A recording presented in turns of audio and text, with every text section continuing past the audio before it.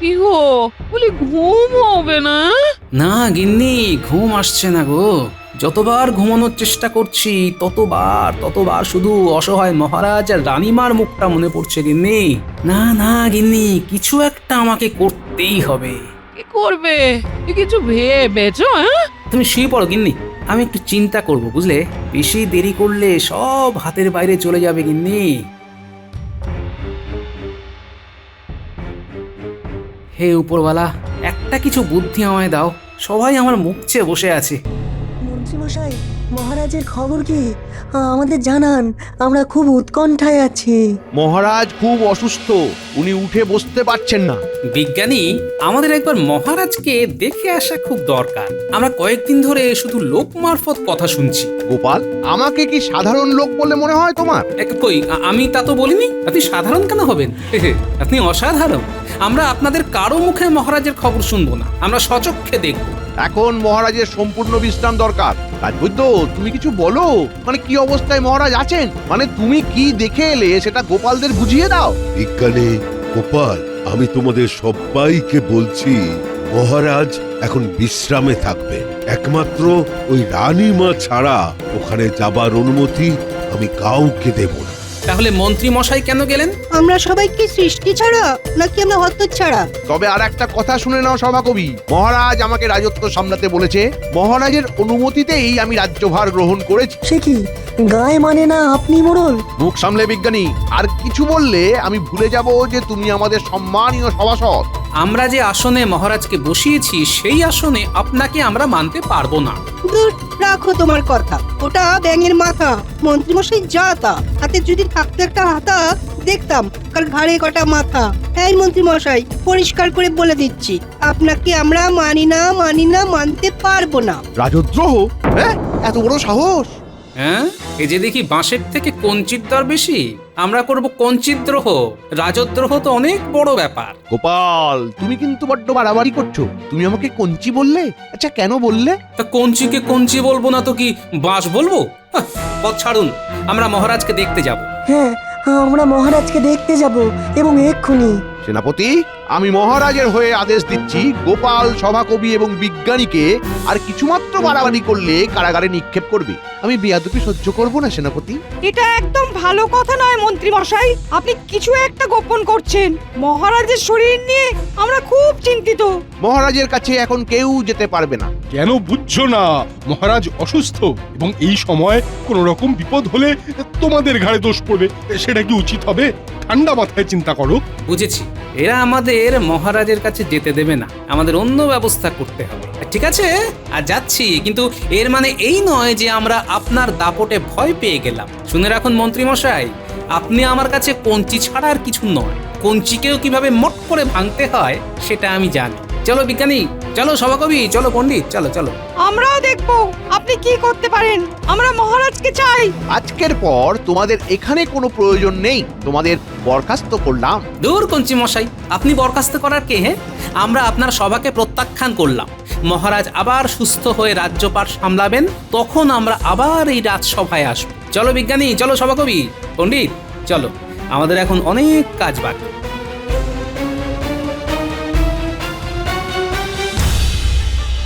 এবার কি হবে মন্ত্রী মশাই? ঢেঁড়া পিটিয়ে দাও। মহারাজের আদেশে রাজদ্রোহিতার অপরাধে বিজ্ঞানী, গোপাল আর সভাকবিকে রাজসভা থেকে বহিষ্কার করা হলো। আর তার সাথে আর একটা কথা, পাঠশালা আজ থেকে বন্ধ, আর পণ্ডিতের মাসোহারাও বন্ধ। ঠিক আছে, ঠিক আছে, আমি এক্ষুনি করছি। জলে বাস করে কুমিরের সাথে বিবাদ। এবার দেখো কি করি তোমাদের হাল। গোপাল, তুমি আমাদের নেতা, কিছু একটা করো যাতে মহারাজ আর রানীমাকে আমরা খুব তাড়াতাড়ি মুক্ত করতে পারি। পণ্ডিত, তুমি ঠিক বলেছ। মন্ত্রী মশাই অসুস্থ মহারাজ আর রানীমাকে গৃহবন্দী করে রেখেছেন। গোপাল, মন্ত্রীমশাই কিন্তু চুপ করে বসে থাকবেন না, উনি কিছু একটা করবেন। আমাদের যত তাড়াতাড়ি হয় মন্ত্রীমশাইয়ের মুখোশটাকে জনগণের কাছে টেনে খুলে দিতে হবে। হ্যাঁ, তোমার বুদ্ধি আর আমাদের সাহায্য, এই নিয়ে আমাদের হবে লড়তে। মন্ত্রীমশাইয়ের করাই কার্য আমাদের ধ্বংস হবেই করতে। শুনুন শুনুন শুনুন, মহারাজের আদেশে আজ থেকে গোপাল বিজ্ঞানী সভাকবি আর পণ্ডিতকে রাজসভা থেকে বরখাস্ত করা হলো। পণ্ডিতের পাঠশালা আজ থেকে বন্ধ। শুনুন শুনুন শুনুন। পাঠশালা বন্ধ? বাচ্চা ছেলে মেয়েগুলো পড়বে না গোপাল? ওরা অশিক্ষিত থাকবে? না, পাঠশালা বন্ধ হবে না। দরকার পড়লে আমার বাড়িতে পাঠশালা বসবে, কেউ অশিক্ষিত থাকবে না। পারবো পারবো, পারতেই হবে মোদের। লড়াই করে পরাজিত করতেই হবে ওদের। যুদ্ধ শুরু, আমরা সবাই প্রস্তুত ঘরে ঘরে। আমাদের শক্তি দেখে কাঁপবে থরে থরে। পণ্ডিত, কাল থেকে তুমি মন লাগিয়ে ছাত্র পড়াতে থাকো। আমরা মহারাজের বিষয়টা দেখছি। রাজ্যবাসীর সাথে আমাদের সবাইকে কথা বলতে হবে, বুঝলে? আমাদের প্রথম কাজ মহারাজকে উদ্ধার করা। মহারাজ কেমন আছেন কে জানে। শুনুন শুনুন শুনুন। মহারাজের আদেশে আজ থেকে গোপাল বিজ্ঞানী সভাকবি আর পণ্ডিতকে রাজসভা থেকে বরখাস্ত করা হলো। মানে গোপাল বিজ্ঞানী সভাকবি আর ওই পণ্ডিতকে মহারাজ বরখাস্ত করেছেন? এ তো বিশ্বাস করা যাচ্ছে না। না না না না না না, এ অন্যায় অন্যায়। মহারাজ খুব অন্যায় করেছেন।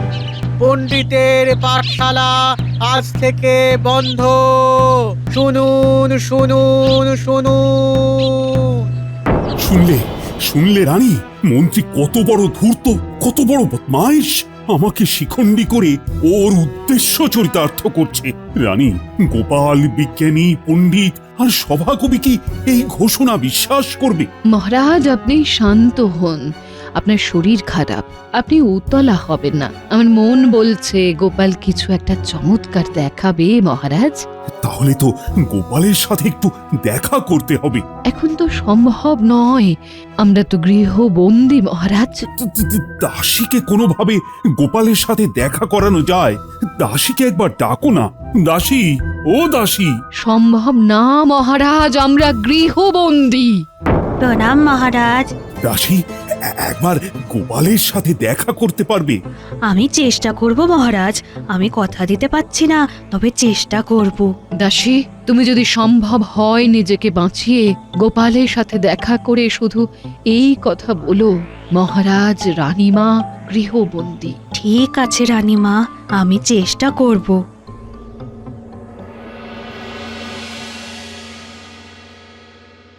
গোপাল দাদা, তোমাদের মহারাজ বরখাস্ত করেছেন? মহারাজের কি মাথা খারাপ হয়ে গেল নাকি? মহারাজ করেননি, আমাদের বরখাস্ত করেছেন মন্ত্রী মশাই। কি বলে মন্ত্রী মশাইর এত সাহস? কিন্তু মহারাজ সেটা মেনে নিলেন। মহারাজ আর রানীমা দুজনে গৃহবন্দী। মন্ত্রী মশাই ওনাদের দুজনকে গৃহবন্দী করে রেখেছে। গোপাল দাদু, আমরা কাল থেকে পাঠশালা যাব না? পাঠশালা বন্ধ করে দেবে? হ্যাঁ, অতই সোজা। কাল থেকে আমার বাড়ির উঠোনে বসবে তোদের পাঠশালা। গোপাল দাদু, খুব কান্না পাচ্ছে। গোপাল দাদু, খুব খুব কান্না পাচ্ছে। মহারাজের জন্য না খুব কষ্ট হচ্ছে। কিচ্ছু চিন্তা করিস না, একটু সময় দে, সব ঠিক হয়ে যাবে। আর ভোলা, তুমি প্রত্যেক রাজ্যবাসীকে জানাও মহারাজের বিপদের কথা আর মন্ত্রীর বিশ্বাসঘাতকতার কথা। ঠিক আছে গোপাল দাদা, তুমি যা বললে তা আমি ঠিক করব। কিন্তু নিজেকে বাঁচিয়ে, কেমন? মহারাজকে সাহায্য করতে গিয়ে যদি আমার প্রাণও যায় তাতে কিচ্ছু আসে যাবে না, কিন্তু মহারাজকে মুক্ত করতেই হবে।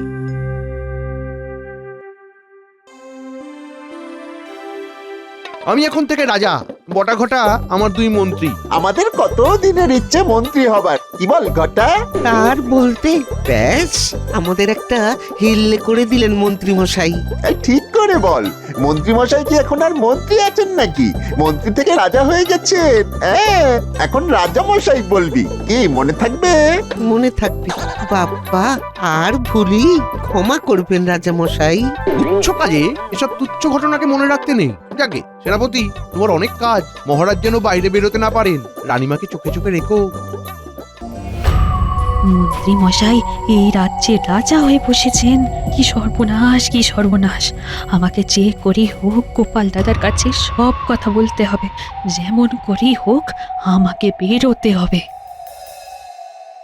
কাল সকালে আমাদের চণ্ডী মণ্ডপে আমি রাজ্যবাসীর সাথে আলোচনায় বসবো। ওখানেই আমি নিজেকে রাজা হিসেবে ঘোষণা করব। ঘটা ঘটা আয়োজন করে ফেল। এটা আবার কাজ হলো নাকি? সকালবেলা হলেই সব প্রজাদের ঘুম থেকে তুলে কান ধরে হিড়হিড় করে টেনে নিয়ে আসবো। হ্যাঁ, আমরা এখন এই রাজ্যের মন্ত্রী। আমরা সব পারি। আমার সব সম্মানীয় সভাসদগণ, তোমরা ওখানে আমার সাথে থাকবে। মন্ত্রী মশাই দুটো অশিক্ষিত লোককে মন্ত্রী করে আমাদেরকে এইভাবে অপমান করলেন। এ অন্যায়। আমরা মন্ত্রী মশাইয়ের সাথে নেই। কাল আমরা যাব, কিন্তু আমরা সমর্থন জানাবো না। দেখি দেখি কাল কি হয়। চলো সবাই, চলো, অনেক রাত হয়েছে।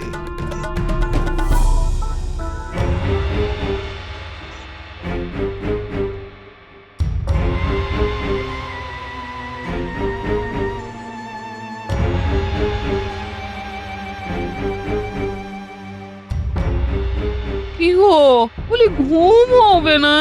না গিন্নি, ঘুম আসছে না গো। যতবার ঘুমানোর চেষ্টা করছি ততবার শুধু অসহায় মহারাজ আর রানীমার মুখটা মনে পড়ছে গিন্নি। না না গিন্নি, কিছু একটা আমাকে করতেই হবে। কি করবে? কিছু ভেবেছো? হ্যাঁ, তুমি শুয়ে পড়ো গিন্নি, আমি একটু চিন্তা করব, বুঝলে? বেশি দেরি করলে সব হাতের বাইরে চলে যাবে গিন্নি। হে উপরওয়ালা, একটা কিছু বুদ্ধি আমায় দাও। সবাই আমার মুখ চেয়ে বসে আছে। গোপাল, আমাকে মনে পড়ে? পিড়িং ভূত! ও উপরওয়ালা, তুমি ঠিক সময়ে পিড়িং ভূতকে আমার কাছে পাঠিয়ে দিয়েছো। শোন গোপাল, তুই মানুষ ভালো, তাই তোর কাছে এলাম। আমি জানি তুই খুব চিন্তায় আছিস। চিন্তা মানে চিন্তার পাহাড় পিড়িং ভূত। ওরে, আমি সব জানি। অতীতে কি ছিল, বর্তমানে কি হচ্ছে, আর ভবিষ্যতে কি হবে। ভবিষ্যতে কি হবে? ভবিষ্যৎ জেনে কি হবে? এখন বর্তমান নিয়ে ভাব। তোকে মহারাজ আর রানীমাকে উদ্ধার করতে হবে। আমি তোকে একটা বিশেষ ক্ষমতা দিচ্ছি। কি ক্ষমতা? আমি এখন কয়েকদিন তোর মধ্যে বাস করব। তোর মধ্যে একটা ক্ষমতা চলে আসবে। তুই যার দিকে তাকিয়ে হাত নাড়বি, সে সব ভুলে গিয়ে সত্যি কথা বলতে থাকবে। বাহ, খুব ভালো। কিন্তু সেটা কি করে করব? মন্ত্রীকে সবার মাঝে পাবো কোথায়? কাল সকালেই পাবি। কি করে? আমি তো সব কিছু দেখতে পাই। আমি দেখেছি রাজপ্রাসাদের মধ্যে তোদের ওই কঞ্চি মন্ত্রী নিজেকে কাল চণ্ডী মণ্ডপে সকলের সামনে রাজা হিসেবে পরিচয় দেবে। ওটাই তোর কাছে সুবর্ণ সুযোগ, বুঝলি গোপাল? বাহ, তাহলে তো খুব ভালোই হলো। আমি একেবারে ছাড়া হাত পা হয়ে গেলাম। আচ্ছা পিড়িং ভূত, মহারাজ রানীমা কেমন আছেন? ওদের খবর কিছু জানো? জানবো না মানে? আরে জানাটাই তো আমার কাজ। মহারাজের শরীর খুব খারাপ, তোর সাথে দেখা করতে চায়। রানীমা দাসীকে নির্দেশ দিয়েছেন, আর দাসীও সুযোগ খুঁজছে তোর সাথে দেখা করবে বলে। যাক, তুমি আমার রাতে শান্তির ঘুমের ব্যবস্থা করে দিলে। কাল সকালে আমি ঠিক সময় করে তোর ওপর ভর করব। যা যা, এখন ঘুমোতে যা। আমি ওই গাছের মগ ডালে গিয়ে বিশ্রাম নিই।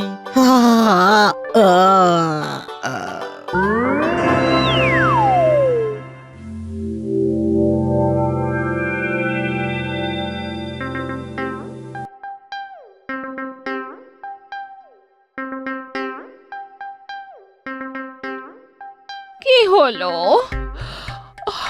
তোমার কি হয়েছে? কাল সারা রাত বিছানায় শুয়ে এদিক ওদিক করছো, না নিজে ঘুমিয়েছো না আমাকে ঘুমোতে দিয়েছো। তুমি বুঝতে পারছো না, কাল তো তোমাকে কিছু বলিনি, তুমি ঘুমিয়ে পড়েছিলে। এখন বলি শোনো, শুনলে না? তুমি তুমি তুরুক নাচ নাচতে শুরু করবে। বলো শুনি। আজ থেকে আমি রাজা আর তুমি আমার রানী। কি মনে হলো? হ্যাঁ, আমি অসাধ্য সাধন করতে জানি। কি? তুমি রাজা? আর হাসিও না তো, তোমার অম্বল হয়েছে, অম্বল। আরে আর চণ্ডী মণ্ডপে আমার অভিষেক। আমি রাজা হিসেবে আমার প্রজাদের উদ্দেশ্যে ভাষণ দেব। আর আমাদের মহারাজ আর রানীমা কি করবে? আমি তো মহারাজকে গৃহবন্দী করে রেখেছি। কি বললে? তুমি মহারাজকে গৃহবন্দী করেছো? যে মহারাজের নুন তুমি এত দিন ধরে খেলে, তার সাথে এত বড় বিশ্বাসঘাতকতা করলে? তুমি রানী হতে চাও না? আমি যা পেয়েছি তাতেই খুশি। আমি চাই না রানী হতে, চাই না। আমি তো চাই রাজা হতে। তাহলে তুমি রাজা হয়ে থাকো, আমি চললাম। ঠিক আছে, তোমার যদি আমাকে এতই অপছন্দ তাহলে চলে যেতে পারো। আমি নতুন রানী নিয়ে চলে আসব। তুমি কি ভাবছো আমি অত সহজে তোমাকে মুক্তি দেব? আমি এখানেই থাকবো, আর এখান থেকে তোমার পতন দেখবো, পতন। শোনো, গোপাল আছে, গোপালের বুদ্ধির কাছে না তুমি কিচ্ছু না। গোপাল ঠিক কিছু একটা ঘটনা ঘটাবে, ওর ওপর আমার খুব খুব বিশ্বাস আছে। আজ রাজা হয়েই প্রথম কাজ হলো গোপাল, বিজ্ঞানী, পণ্ডিত আর সভাকবিকে এই রাজ্য থেকে বিদায় করতে হবে। কেউ আমার কিচ্ছু করতে পারবে না, কেউ না, কেউ না। আজকে আমি রাজা হব। রাজা।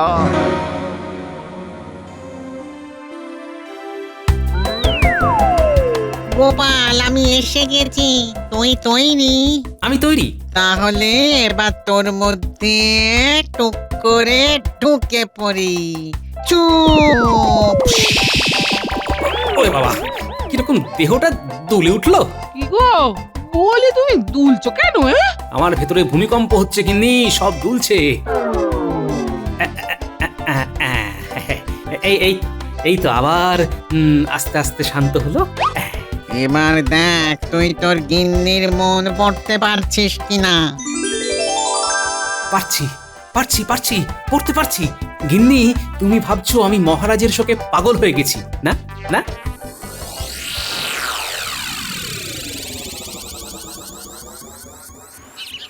সবাই চলে এসেছো? গোপাল, চলে এলাম। আজ থেকে এখানেই পাঠশালা হবে তো? তার আগে আমরা তো মহামন্ত্রীর রাজা হবার অনুষ্ঠান দেখতে যাব। তুমি কি বলছো গোপাল? মন্ত্রী মশাই রাজা হবেন আর সেটা দেখতে যাব? আমি কি পাগল? পাগল হলে গোপাল তুমি এক রাতের মধ্যে? তোমার মতিগতি নিয়ে আমরা আছি ধন্দে। কি সভাকবি, তুমি এটাই ভেবেছিলে তো? দেখলে, হ্যাঁ? আমি তোমার মনের কথা কিরকম দেখতে পেয়ে বলে দিলাম। তাজ্জব। এই পুটি, আমার দিকে অমন করে তাকাস না তো। অবাক হবার অনেক জিনিস দেখতে পাই। এখন চণ্ডী মণ্ডপে চল দেখি, আমাদের কঞ্চি মশাই কি বলছে শুনি। গিনি, তুমিও চলো, দেখে খুব মজা পাবে। চলো পণ্ডিত, আবার কাল থেকে তোমার পাঠশালা খুলে যাবে, আর দেরি করলে সব ঘেটে যাবে। চলো চলো চলো।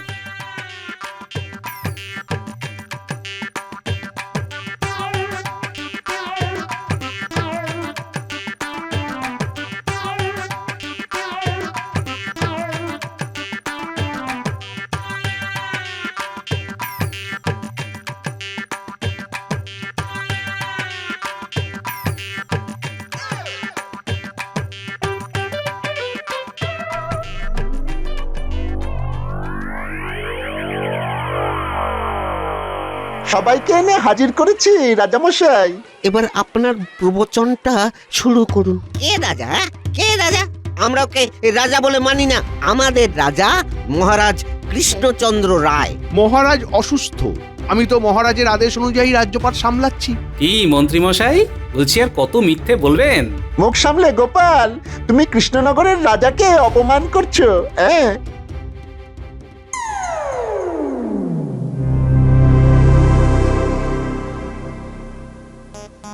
বটা, তুমি কি কিছু বলছিলে? তুমি কি বলছিলে? বলো বলো বলো।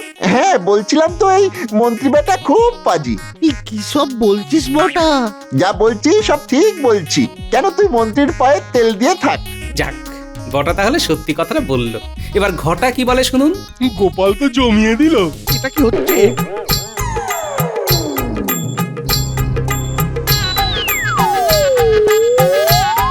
গোপাল, তুমি জানো না এই মন্ত্রী মশাই একটা পাজির পা ঝাড়া। মহারাজকে গৃহবন্দী করে রেখে রাজা হয়ে বসেছে। এই এই এই এই এই কি সব উল্টো পাল্টা বলছিস? তাহলে ঠিকটা আপনিই বলুন।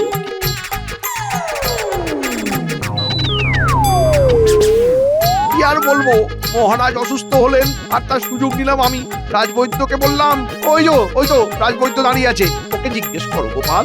রাজবৈদ্য আর এক কাঠি সরেস আমাকে বললো, আপনি কিচ্ছু চিন্তা করবেন না, এমন ওষুধ দেবো মহারাজ আর উঠতে পারবে না। কি এত বড় সাহস! এই সবাই রাজবৈদ্যকে ধরো। হ্যাঁ, ধরো ধরো। ধরো ধরো। আরে আরে এসব এসব কি হচ্ছেটা কি? এই এই আমাকে ছাড়ো, ছাড়ো বলছি, ছাড়ো। তারপর শেষ করুন। ও কি শেষ করবে? আমি শেষ করে দিচ্ছি। কালে আমাকে বলছিল আমি রাজা হব আর তুমি রানী হবে বলছিল। আরে কি আশ্চর্য! আমি রাজা হলে আমার গিন্নি রানী হবে না তো কি হবে বলো দেখি গোপাল? সেনাপতি, ওখানে দাঁড়িয়ে থাকলে হবে? এসো, মন্ত্রীকে কারাগারে নিয়ে যাও। হ্যাঁ, এই এসো তো, এসো, আমাকে কারাগারে নিয়ে যাও। আমার খেলা শেষ, মানে পিড়িং ভূতের খেলা শেষ। এবার মহারাজকে উদ্ধার করতে হবে। সেনাপতি, মন্ত্রী মশাই মানে কঞ্চি মশাইকে কারাগারে নিয়ে যাওয়ার আগে একটু দাঁড়াও। মন্ত্রী থুড়িয়ে কঞ্চি মশাইকে একটা জিনিস দেখাবো। ঠিক আছে। গোপাল দাদা, তুমি অসাধারণ। আরে ধুর, আমি একটি সাধারণ মানুষ, আমার কাজটি হলো শেষ। সভাকবি, পরের পংক্তিটা বলো। মহারাজই চালাবি দেশ। তোমরা সবাই শুনে রাখো, যে বা যারা মহারাজের বিরুদ্ধে যাবে তাদেরই এই হাল হবে। মহারাজ অসুস্থ, তাই রানীমা এখন রাজ্যপাট চালাবে। বাবা, খেলা দেখালে বটে। আমি তো নিমিত্ত মাত্র। আমার ভেতরে বসে আছেন পিড়িং ভূত, তিনিই আমাকে দিয়ে এই সব কাজ করিয়েছেন। পিড়িং ভূত, বেরিয়ে এসো, সবাইকে দেখা দাও।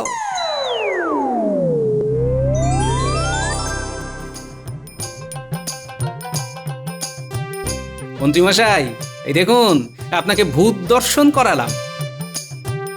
এই পেট রোগা লোকটাকে কি কেউ মন্ত্রী করে নাকি? আমি ভূত রোগা, কিন্তু এ তো আমার থেকেও রোগা। দেখলি তো, অন্যায় করলে শাস্তি আছে। গোপাল, এবার মহারাজের কাছে গিয়ে মহারাজকে বলে দে যে দোষী ধরা পড়েছে। আমি জানতাম গোপাল সব সমস্যার সমাধান করবেই করবে। আরে গোপালের চাল তো আমি প্রথমে বুঝতেই পারিনি, পরে যা দেখলাম তার দেখে তো আমার চোখ কপালে উঠে গেছে। হ্যাঁ, বিপদে আমার গোপালই ভরসা। বিপদে আমাদের ভরসা গোপাল। গোপাল ফেরালো আমাদের কপাল। সাধু সাধু সাধু সাধু।